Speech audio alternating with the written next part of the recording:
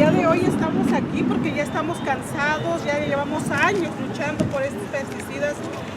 Esto es algo que nuestra comunidad está pidiendo, ser notificados, porque uno de campesinos sabemos lo que estamos expuestos en el campo. Nuestra comunidad sigue comiendo la fruta sin lavarlo y sin ser notificados. Esto tiene que parar, ¿verdad? Tiene que parar. ¿Qué es lo que estamos pidiendo? ¿Qué es lo que estamos exigiendo?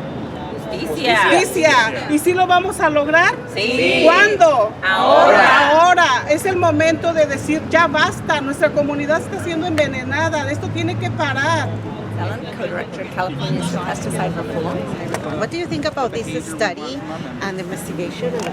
You know, unfortunately, there are no surprises in this study. This is what we know it's very obvious. If you live in California, if you're a Californian, you know who's most impacted by the policies of the state when it comes to how food is grown in California. It has the greatest impact on our Latino residents, our farm working communities.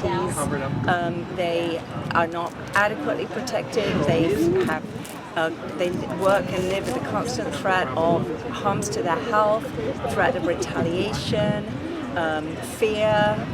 They are silenced, and so no surprises in this report, quite honestly. We just hope that it gets the attention of people that can make a difference, that could actually investigate these claims further and do something about it. Perfect. What actions do you think should be taken?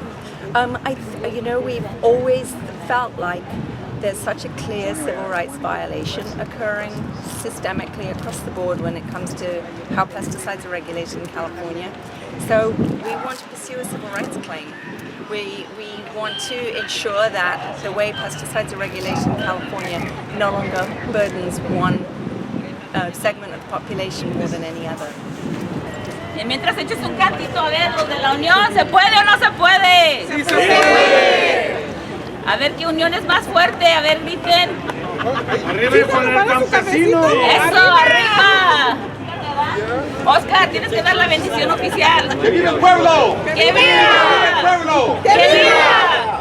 ¿Se puede o no se puede? ¡Sí se puede! Pues, ¿verdad? ¿Cómo está la comunidad de Watsonville? Siempre muy bien y fuerte. ¡Eso! Se escuchó todo el amor aquí de Watsonville, ¿verdad que sí? No, especialmente ayer. Ayer con la tormenta. Bueno, vamos a dar por comenzado esta rueda de prensa. Les quiero dar la bienvenida a todos. Gracias por estar aquí presentes. So, good afternoon, everyone. We will start our news conference. Thank you for being here.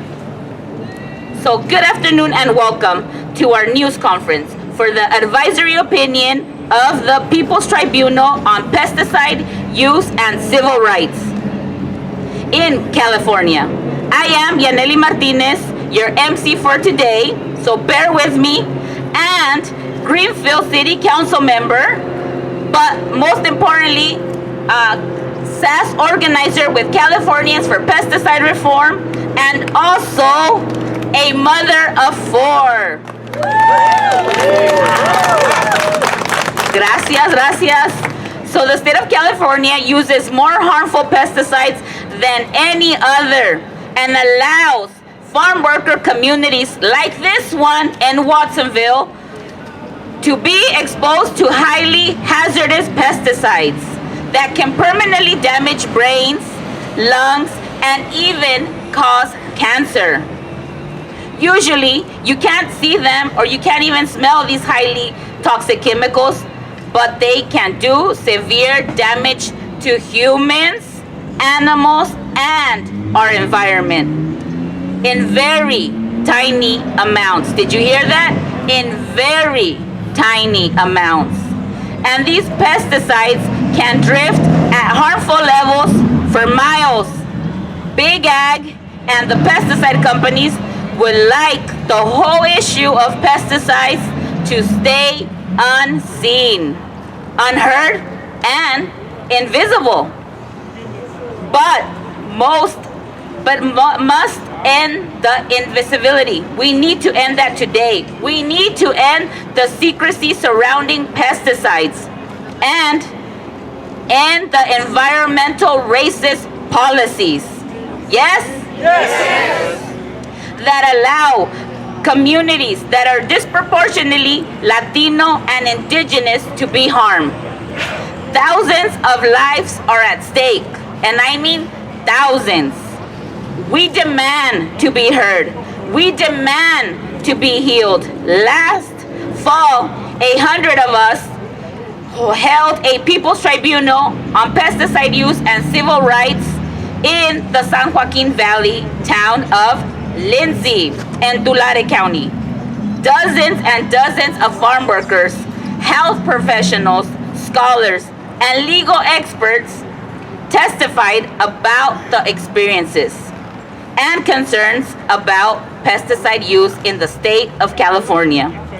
The judges listened and have written up their findings in the advisory opinion that we gave out today. And if any of you might need an extra copy, please visit Mr. Mark Weller. So now, it is time to hear the witnesses, organizers, and judges of the tribunal.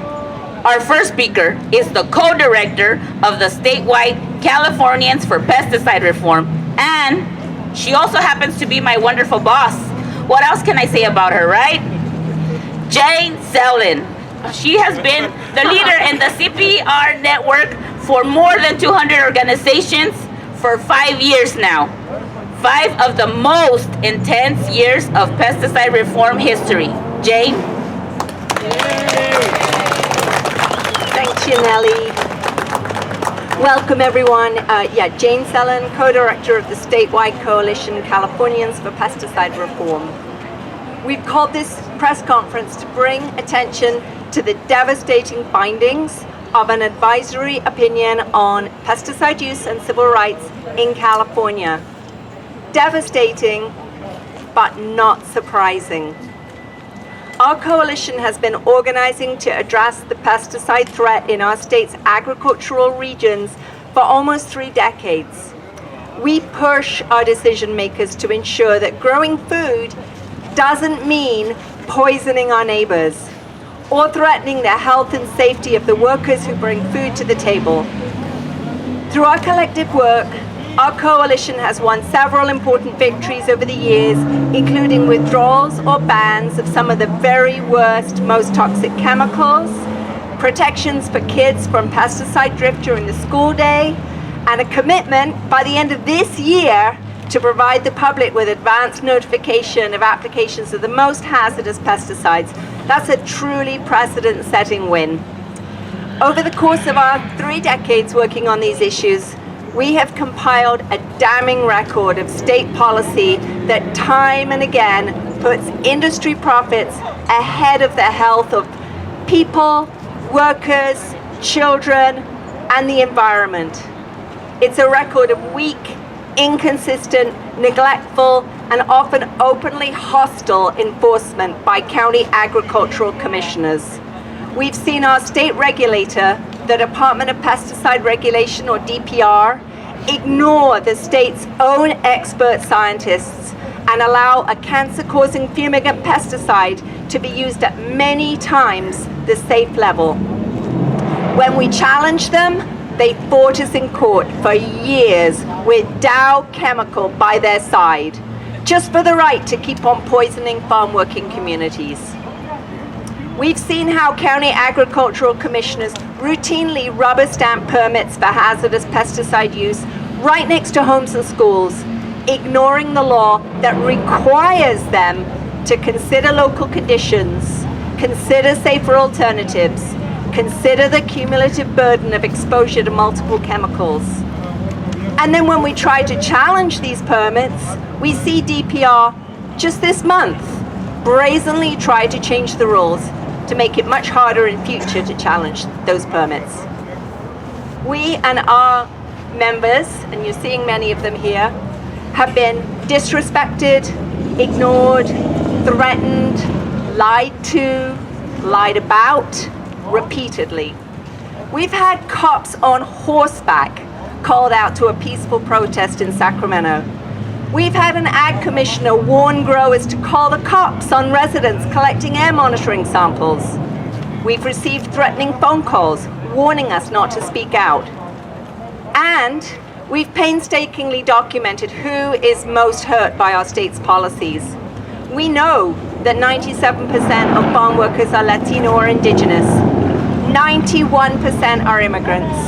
We know that Latino kids are twice as likely as their white peers to attend a school with the most agricultural pesticide use nearby. We also know that California's majority Latino counties have 900% more pesticide use per person and per square mile than the 25 California counties with the lowest Latino population. But we don't need these demographic analyses to tell us who is harmed by our state's policies. We're Californians. We live here. We know.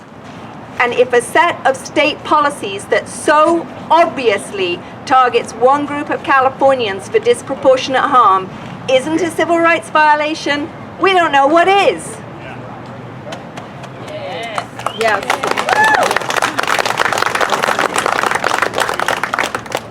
So back in 2021, we started working with Dr. Greg Macy of the University of California, Irvine. He's here with us today, and he'll be speaking shortly. Together, we secured generous funding from the Robert Wood Johnson Foundation to do the background legal research, to conduct expert interviews, to gather the data, to hear the stories. And then in September, last September, we convened in the San Joaquin Valley for a People's Tribunal. And we invited the public to present testimony in an open forum. About 100 people showed up. The majority of them were farm workers. We were blown away by the response, by the stories told, and by what they represent. Ongoing, systematic, and widespread violations of the civil rights of residents and workers in California's farm working communities, both through actively discriminatory policies that cause disproportionate harm, but more pervasively through failure to investigate, to protect, and to enforce existing state laws and regulations. Today we're releasing the advisory opinion of the panel of judges from the People's Tribunal event, and I will pass the mic to our friend and colleague, Dr. Greg Macy with the University of California, Irvine School of Law, to talk more about those findings. We ask that you read and share this report, and that you join us in calling on our state to begin an immediate investigation of our findings. Thank you.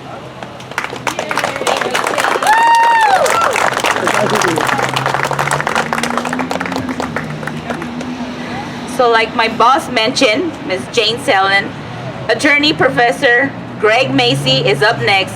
Professor Macy is the director of the Center of the Land, Environment, and Natural Resources at the UC Irvine School of Law.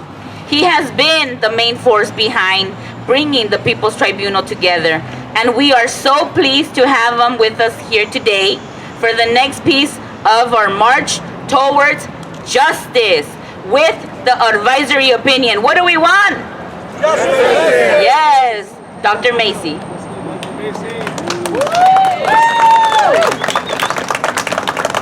Thank you all for coming today. We really appreciate the attention that you're giving to these issues. It doesn't receive nearly enough coverage. When I was a law student, sometimes the professors would teach a class using what they call a case study. You know, they would go out, they would research an issue in depth, and then they would present this case study to the students to teach them about how the law works. One of those case studies is something that I learned as a law student. It was called Childhood Cancer Clusters in California's Central Valley. This was a case study that was written by Stanford University in 1998. Can you believe that's a quarter century ago? And I don't remember why the professor assigned it. I just remember how it made me feel to read that case study. It was all about government officials spending years trying to investigate these cancer clusters in communities like McFarland, all in the Central Valley. And then it quoted these government officials. You know, it had quotes like, we did not find a specific cause, but we did not disprove any cause either. It also quoted residents of the Central Valley. Remember, this is 1998.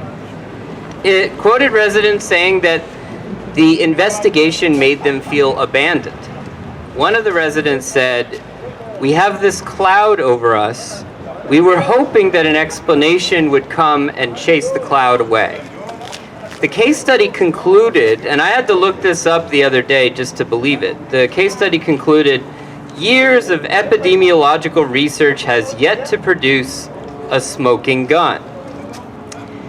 Now, that was 1998, and the science, epidemiology, and law of pesticide use and impacts has grown by leaps and bounds since then. But their application to protect people on the ground every day has not grown by leaps and bounds. How do we know this? 1 year after that case study was written, some of you recall, a complaint was filed with EPA. It was called Angelita C. versus the Department of Pesticide Regulation. It claimed in 1999 that students who attended schools within 1.5 miles of agricultural applications of methyl bromide were being discriminated against. That complaint, filed in 1999, languished at EPA until 2012. In 2012, EPA, having conducted this very sophisticated statistical analysis, issued its first ever preliminary finding of discrimination under Title VI of the Civil Rights Act of 1964. Unfortunately, they then settled that complaint with DPR without the involvement of the complainants, and almost nothing changed on the ground. The experience was so dispiriting that the organization that was involved in bringing this complaint, the Center on Race, Poverty, and the Environment, they actually wrote a report after that whole experience, outlining what happened within EPA, which led to no changes on the ground. The report, which I really encourage you to look up, it's called A Right Without a Remedy. And again, that was a quarter century ago where that complaint was filed. And this theme of a right without a remedy extends to the present. And it extends specifically with regards to California civil rights law. And that's what we're talking about today. Specifically, if you start looking into California civil rights law, especially California Government Code Section 11135, you're first met with optimism. You realize that California's civil rights laws are more expansive than federal civil rights law. You realize that you can bring a cause of action not just for intentional discrimination, but discriminatory impacts. Specifically, that law says that if a California operated or run program or activity, or a California funded program or activity engages in discrimination according to one or more protected classes, that is illegal. And protected classes, there are many more protected classes in California civil rights law than in federal law. So this could be according to race, national origin, ethnic group identification, and a whole host of other categories. And yet, even though that state law was on the books since the 70s, we only have a handful of cases where a court has decided on the merits whether there was a civil rights violation regarding an environmental harm. And so you start to think, why is that? What is getting in the way of civil rights law being enforced? Well, there are many reasons. Unfortunately, we don't have time for all of them today, but one of them that you could all imagine is how complex these claims can be, right? Imagine the epidemiological, geospatial, and other forms of data that you would have to marshal, and importantly, that agencies would have to analyze in order to decide whether there is a violation of civil rights. But here's the hopeful element, and I know this is like crushing morosity so far. The hopeful element is in California, it's not just civil rights law sitting out by itself. It is implemented according to state regulations. And state regulations say that one definition of discrimination, according to state civil rights law, is when a program or activity engages in methods of administration that have the purpose or effect of substantially impairing that program or defeating that program as it is designed to protect one or more protected classes. And this is important because who knows more about the daily practices of pesticide use and attempted regulation? Not the lawyers, not the epidemiologists, but the people, but farm workers, their families, and their children.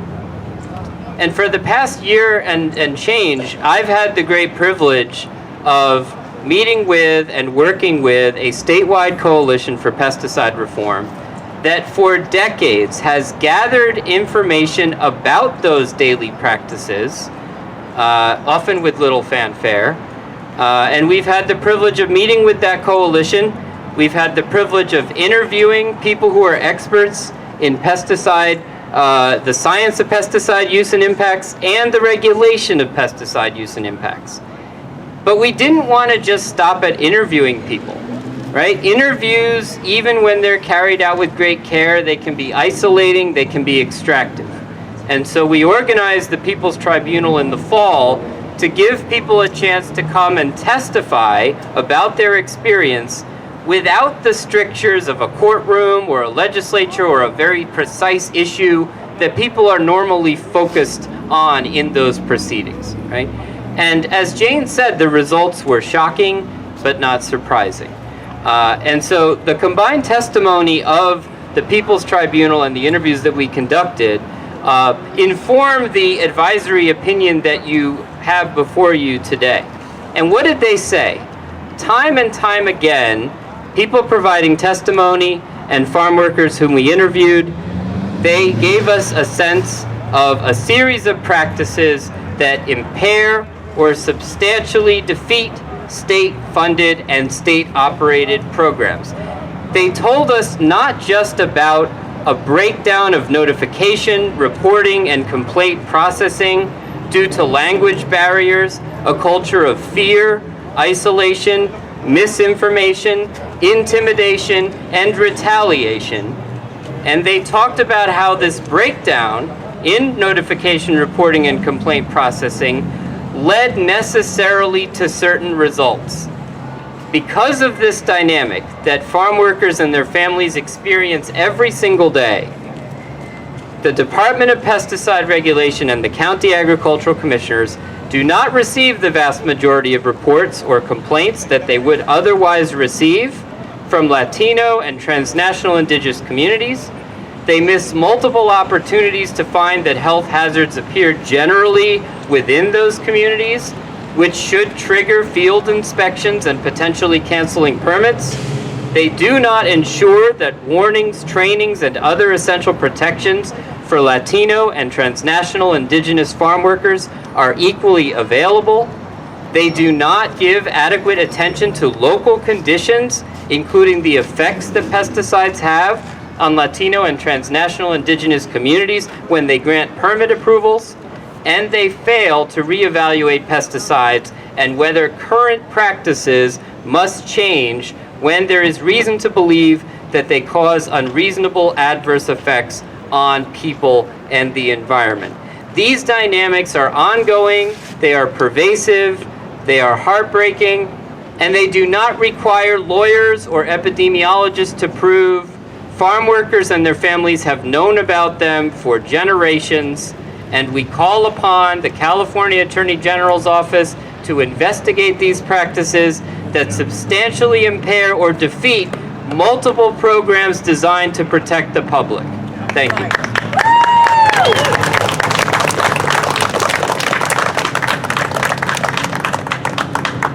Thank you, Dr. Macy. And just to highlight, like Dr. Macy mentioned in his amazing speech, he talked about the Angelita case that happened here in Watsonville, in one of the schools, Ohlone Elementary. So we really want to highlight the continuous racism that is existing in our community. So thank you for that, Dr. Macy.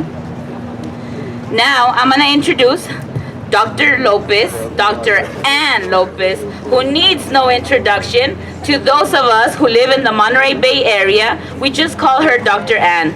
For those of you from outside these parts, Dr. Ann earned her PhD in environmental studies just north of us at UC Santa Cruz. Anybody from Santa Cruz?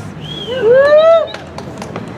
She is the founder and executive director of the Center for Farmworker Families. Upon receiving one of her many awards and honors, she was described as an unyielding force of improving the lives of farm workers and their families.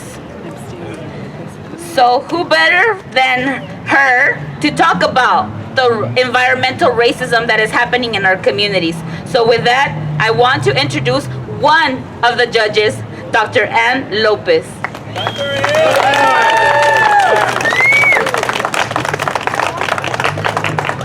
I'm delighted to be with you this afternoon, and I don't know how this happened, but look at this beautiful day we got. Yes. I mean, that's pretty amazing. So when I did my PhD, I studied the impact of the North American Free Trade Agreement on on the small farms in Mexico, small producer farms and subsistence farms of Mexico.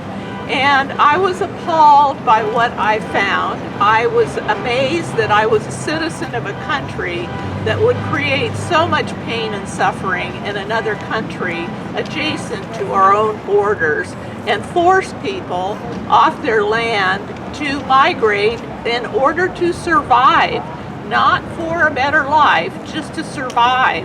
And so during that period of time in the late 90s, literally millions of these subsistence and small producer farm workers had to abandon their farms and move north to become farm workers in California's corporate agribusiness. Now this structure is a perfect setup for growers and people that own the farms here, because they've always looked for a docile workforce that won't make waves, that won't criticize, that won't in any way do anything other than pick crops and make profits for them. And so what we have then today is the result of this trade policy with millions of undocumented farm workers. An estimate I heard recently for Watsonville is that 83% of farm workers are undocumented, meaning they basically have no civil rights whatsoever, and all a grower has to do is threaten them if they complain or if they don't work hard enough or whatever, and they could be blacklisted or deported, and the last thing they want is their families torn apart and half the family sent to Mexico and half here. So the estimate I've read is that we have about 11 million undocumented workers in this country, the country at large, that have resulted from NAFTA, and prior to NAFTA we had 4 million. So you can see it had quite an impact. And what it's done is created this silent, fearful farm labor workforce. I call them modern day slaves. They have no rights. There are no civil rights for farm workers. They can't even learn what they're being exposed to in the field. I've asked them, ask your foreman, ask your supervisor, what are you using in the field when I'm working? And they tell me that the foreman always says the same thing. Go back to work, it's all safe, it doesn't matter. And we know that that's false, so they can't even know what they're exposed to. Their civil rights are consistently violated. It's not only with pesticides, but it's with issues like heat, for instance. Last August, a group of farm workers called me from the field saying that the temperature was ranging from 101 to 108. People were fainting, and the supervisor would not let them go, which is, of course, against the law. Another time, a woman called me and sobbing, saying that she had recently been sexually assaulted in the field. And these things go on all the time. The estimate I read is 60% of farm worker women are groped, raped in the field, had slurs thrown at them, sexual slurs thrown at them, etc. So I'd like to give you some, I like this one. I think this is so important. In the zip codes that encompass Santa Cruz County, the 95076 zip code, which is this one, stands out as one of the few in the county that have a majority Latinx population of 70.7%. A full 60% of all Latinx residents in all the Santa Cruz County zip codes live within the 95076 zip, which includes Watsonville, while only 12.6% of the county's white population lives there. However, 98.5%, that's 168.9 of 171.4 pounds of pesticides associated with childhood leukemia, and 95.2%, or 2,113 of 2,220 pounds of pesticides tied to childhood brain cancer were applied in 2019 in the 95076 zip code alone. This is pure environmental racism. There's no other way you can describe this.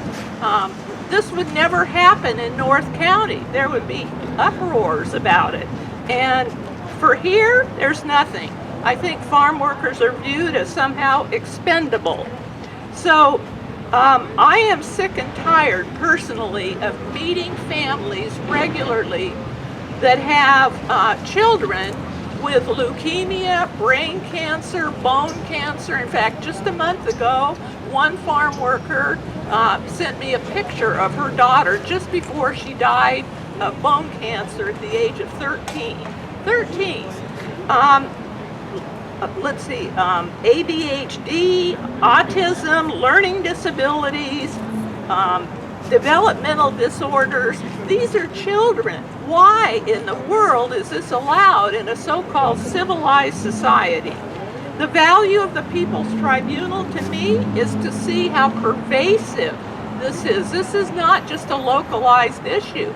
There were groups of farm workers from all over the state coming to express the same dissatisfaction. And I just hope at some point a lawsuit is filed that will hold these corporations or these agencies like the DPR and the environmental protection.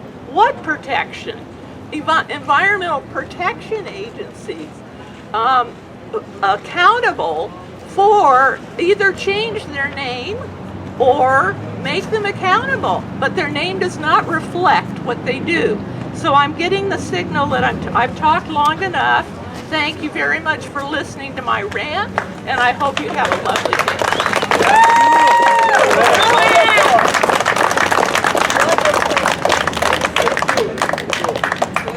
Thank you, Dr. Lopez. Let's give her another round of applause. How are you all feeling? Are you feeling stressed? Yes. Yes, with all this information, right? But are we pumped up? ¿Estamos listos para la lucha? Claro que sí, ¿verdad? Tienen que estar con mucha energía porque ¿quién creen que sigue ahora? ¿Ya miraron el arte que está aquí enfrente? Aquí fue hecho y hay unas piezas acá atrás también hechas por estudiantes de la escuela de la Watsonville High School.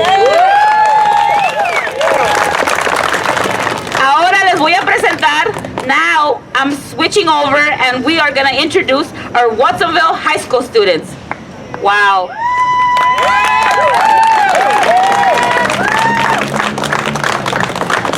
This is a special moment. This is really the highlight of the event because you're going to hear from 3 wonderful Watsonville High School students.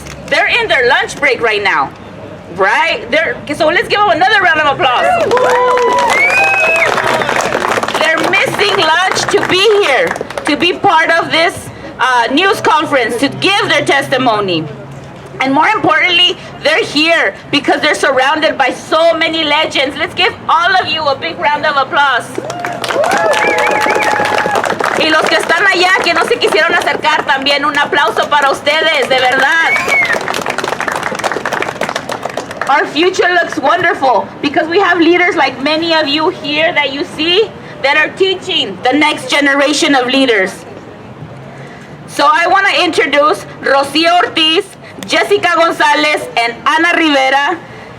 They are students, again, from the Watsonville High School, but they sometimes work in the fields. They're also farm workers. And they are the founding members of the Safe Act Safe Schools, Future Leaders of Change for the city of Watsonville. Yes! They are responsible for many of these powerful signs. Like I mentioned, this amazing artwork is all due to them. And so friends, let's give them a heart warm welcome to Rocio, Jessica, and Ana.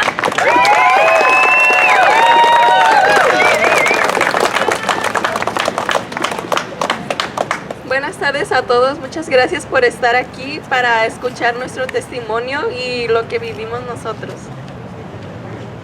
Mi nombre es Rocio Ortiz, voy a la preparatoria Watsonville High, tengo 2 años trabajando en los files de fresa, pero eso no se compara a nada a los 20 años que mis padres trabajaron en los files, sembrando y cosechando. Hoy me presento aquí frente a todos ustedes para lograr hacer un cambio. Tiene que parar ya la injusticia que miles de campesinos viven día con día, el racismo que crean las mismas personas que según están aquí para ayudarnos. Nosotros no deberíamos de estar aquí. Este problema que estamos enfrentando se pudo haber resuelto desde la primera vez que se mencionó. ¿Cómo es posible que pongan la salud de miles de personas en riesgo todos los días cuando salen a cortar verduras y frutas para alimentar a miles de personas? Otros jóvenes de mi edad que viven más lejos de los files no tienen que pasar por esto. Es una injusticia lo que está pasando con las comunidades de bajos ingresos y los trabajadores agrícolas. No es justo que tengamos que estar aquí peleando porque no implementan esas reglas para parar los pesticidas que ponen en riesgo la salud de muchos, no solo los trabajadores, sino también a los consumidores. La salud de miles de personas no es un juego para mí, y es por eso que estoy aquí.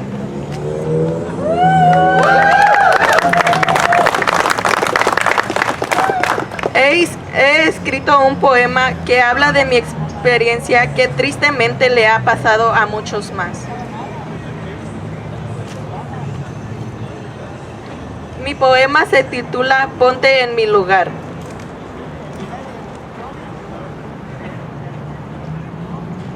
Cinco de la madrugada, cubriendo toda mi cara, para evitar respirar el olor de la mañana. Ronchas en la piel, pensando que fueron las espinas que causaron mis heridas. Pensando que fue el sol que mi dolor de cabeza causó. La batalla de mi inocencia, evitándome ver la realidad. Cuando veo por detrás el tractor esprayando la realidad. El olor a azufre que quema mis ojos. El olor a azufre que causó mi dolor de cabeza. Veo por detrás el letrero en inglés. Keep out, danger. Ellos sin entender. Se metían a cortar para llenar. En ese momento me pregunté, ¿por qué no era en español en lugar de inglés? Ponte en mi lugar, ¿no harías lo mismo para luchar? Queremos un cambio ahora y no mañana. Muchas gracias.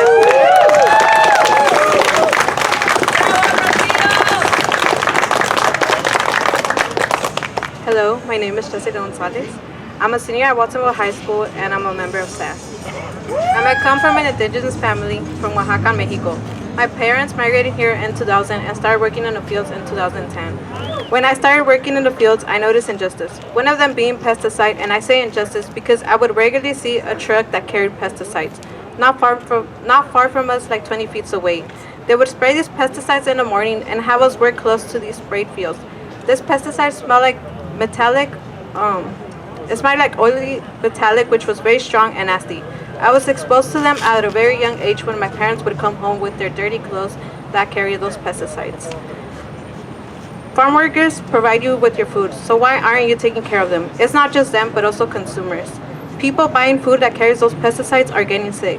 There's been so much research of how these pesticides affect people's health, some of them being short-term effects like rashes, stinging eyes, and dizziness, to long-term chronic effects like cancer, reproductive harm, and birth defects. People are getting sick. Why isn't DPR listening to its people? The Department of Pesticide Regulation should be prioritizing public health rather than profits. This is what we call environmental racism. People who are more exposed to pesticides are people of color and low-income communities. Many people have been fighting for these pesticides regulation for many years. We have been asking for change. If you can't create it, we will. Thank you.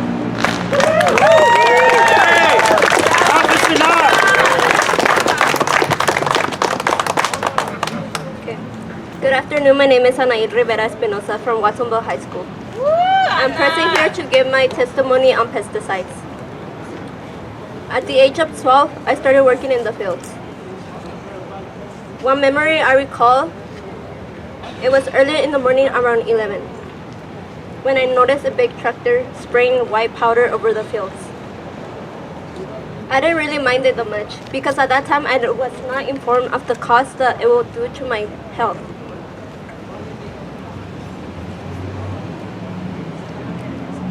The block that was being sprayed was the opposite block where my cuadrilla was working on. Later that day, we moved into the block that was just red. I didn't know that much at that time. But then later around 2 p.m., we got our break. And that's our last break. My eyes, while I sat down to eat, my eyes started to burn and get watery. I didn't know. I was wondering why. But then later that day, I went home and I asked my mom, and I mentioned it to her. She asked me, were there any tractors spraying something around the bushes, around the block? To which I respond, yes. And she asked, did you notice any man in a uniform, in a white uniform? And I said yes. She said, she mentioned to me, it was due to the pesticide that was just sprayed early in that morning. That is when I started to wonder, are there any safer alternatives for pesticides? Why harm those that provide for us? That give us food on our table, like our daughters, sons, parents, sisters, brothers, etc. This is wrong. Pesticide is wrong. No one should be putting their health at risk for your own resources, for your sources. Say no to pesticide. Thank you.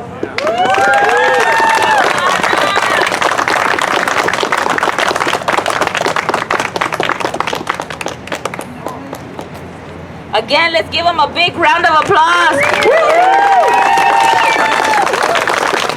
Ahora sí les voy a preguntar.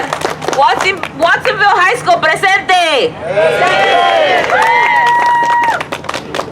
Thank you so much for being here. You are amazing, de verdad, las admiro. Gracias, gracias por estar aquí.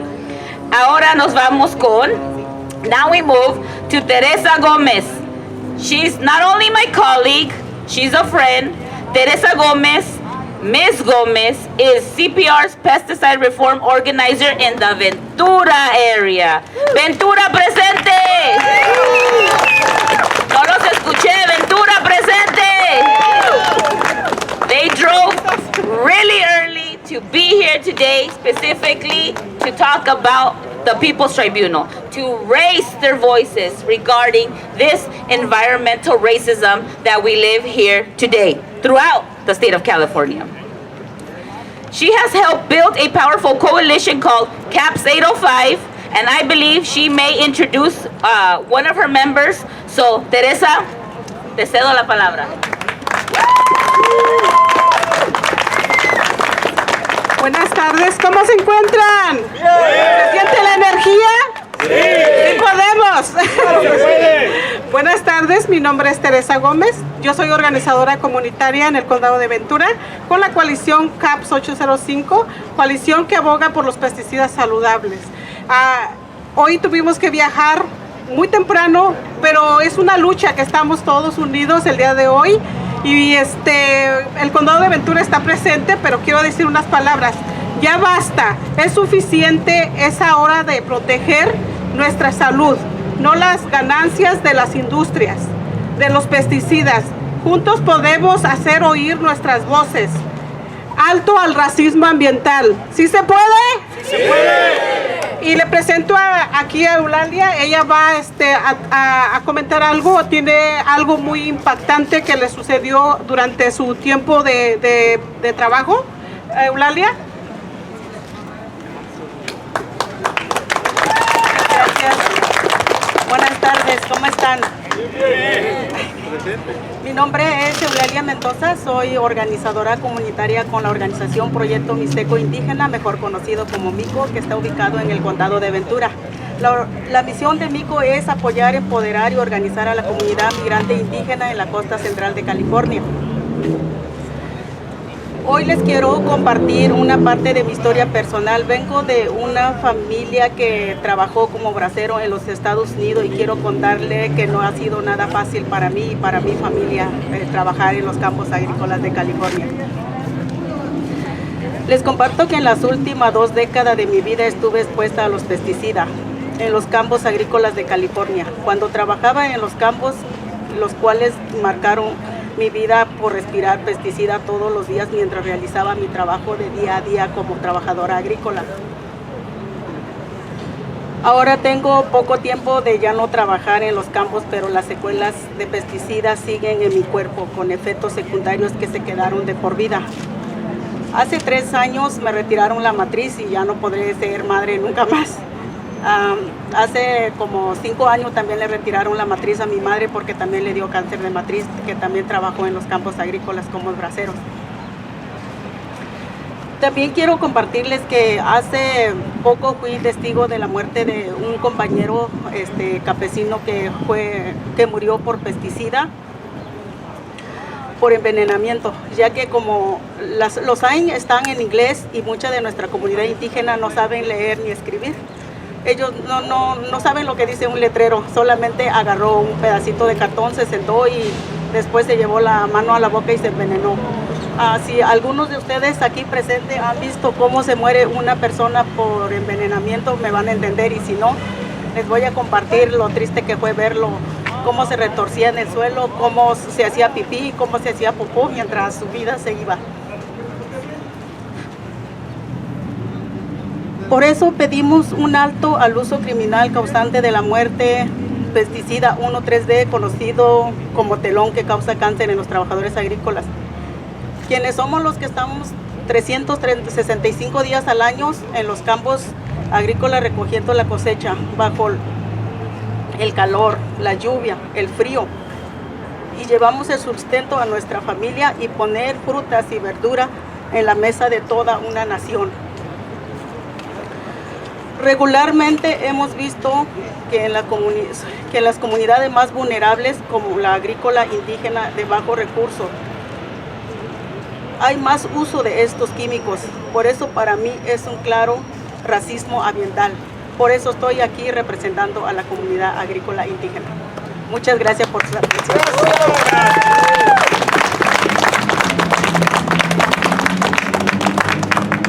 Muchas gracias. De verdad es triste escuchar esos testimonios, ¿verdad? Pero es lo que todos sabemos, lo que todos conocemos. Now, I'm going to introduce Caroline Farrell, is an associated professor and director of environmental law and justice clinic at the Golden Gate University School of Law. She was also one of the expert judges at the Tribunal, and many of you may also know her from her previous amazing work as executive director of the Center on Race, Poverty, and the Environment. Caroline. Let's give her a big round of applause. Woo! And I should say, Your Honor. Thank you. Good afternoon. My name is Caroline Farrell, and I'm the executive director at the Environmental Law and Justice Clinic at Golden Gate University School of Law. And we were honored to be included in the tribunal and able to contribute to the advisory opinion that you have before you. It was clear from the testimony that we heard at the tribunal and that you have heard today that there have numerous examples of DPR and the county ag commissioners failing to abide by their legal obligations. And the people who are hurt by that the most are Latino and indigenous communities in agricultural areas throughout the state. And that's important. These stories are not isolated to individual communities. They are throughout the state. This is a systemic problem. And as you'll see from the advisory opinion, there is a game of hot potato happening between the Department of Pesticide Regulation and the County Ag Commissioner. There is a somewhat delegated set of authorities. So the Department of Pesticide Regulation is responsible for overseeing, advising, guiding, and stepping in when county ag commissioners are not fulfilling their requirements. And the county ag commissioners have several requirements related to issuing permits to apply pesticides, but also to take into consideration the local conditions and to identify alternatives, less toxic alternatives. None of these things are happening. And the people who are feeling the brunt of this are Latino and indigenous communities throughout the state. And this practice of having authority but denying responsibility needs to stop. And we are calling upon the Attorney General, we're calling upon the California legislature to take some steps to clarify and to hold accountable the Department of Pesticide Regulation and the California Agricultural Commissioners to stop this avoidance of responsibility and to enforce the law as it's written and to fill gaps where it's not protective enough. Thank you.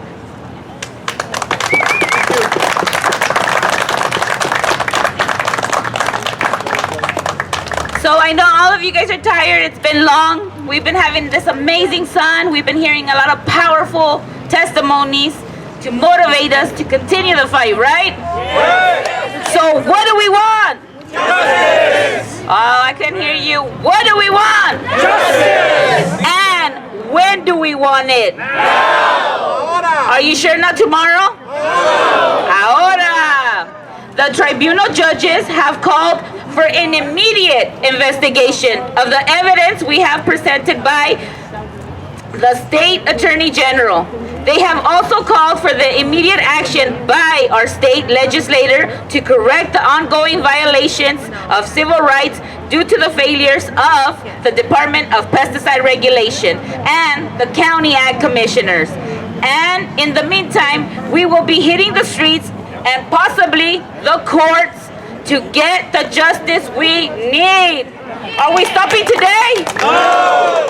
This is just the beginning, so join us. Now we open up the news conference to your questions for all the media outlets present here today, and I am gonna give over the MC job to Professor Macy. So any questions, preguntas que tengan para ser contestadas. Y gracias por estar aquí. You mentioned cancer clusters. What is a cancer cluster? A cancer cluster, according to what I learned 20 years ago, is a group of cancer cases, often with rare forms of cancer, often with individuals having more than one form of cancer at the same time. And they are groups of cancer cases in a geographic location that should not occur by chance alone, meaning that there is some other cause aside from chance that produces them. And because of the small numbers of people involved, it's very difficult to prove that there is a single cause of a single cancer cluster. And actually, I think there's only one case in the history of the country where a court found that a single corporation contributed to a single cancer cluster. And so that's why we're focused on other issues here. We're focused on what is happening every single day to impair or defeat regulatory programs that say they are designed to protect public health. If those programs are not in place, then I don't know what we're doing. Yes, sir. Are there particular crops that are more heavily rely on pesticides? I'm Mark Weller. I work for Californians for Pesticide Reform, and there are almost anything that's grown now in California has pesticides applied. In this region, I think we're concerned about fumigants and organophosphates. And fumigants, as you know, are applied before berries are planted. So that's a big concern in this region. And organophosphates, a quarter of all organophosphates that are used in the state are used in Monterey County alone. And they're used on, again, many different kinds of crops. So I'm sorry I can't give a specific answer to which crops are the worst, but I can tell you that all of them have pesticides used on them that are of concern. Thank you. Thank you, Mark. And you know that's really important. Your question is really important because even if in some mythical world all of these regulatory programs were implemented according to civil rights law, we would still have a problem. If you think about just one example alone, you know, we have these requirements for re-entry intervals, right? The amount of time after a pesticide is sprayed before farm workers can re-enter an area. And I remember when those re-entry intervals were first developed, and they're developed with a variety of assumptions. Remember, this is assuming perfect regulation, and we are here today talking about all the ways in which regulatory programs are imperfect or absent, right?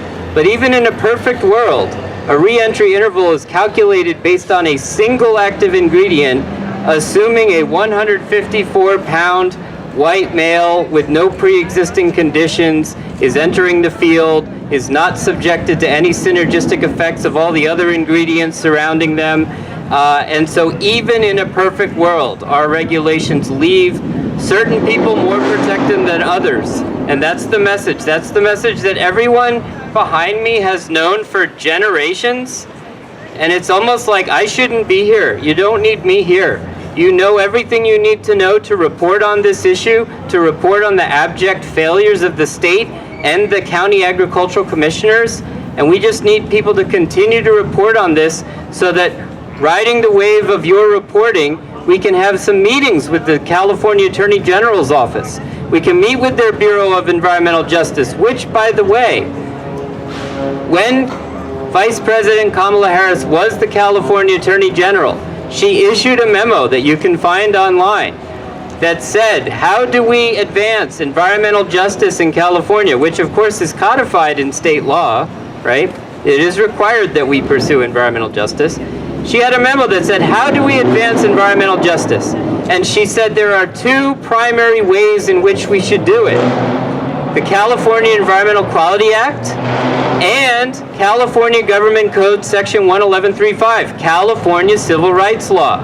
She said that years ago, and still to this day, the California Attorney General's office is not making sufficient use of that and actually enforcing it vis-a-vis the Department of Pesticide Regulation and individual county agricultural commissioners. That's why we're here today.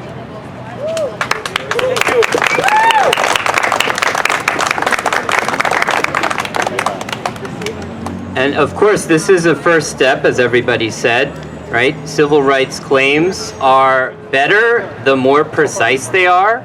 And so you should see that advisory opinion as presenting evidence that over the next few months will be more precisely developed. But we need the state's help. We need the state to do its job and to help us right? We don't have the state's power of investigation and enforcement.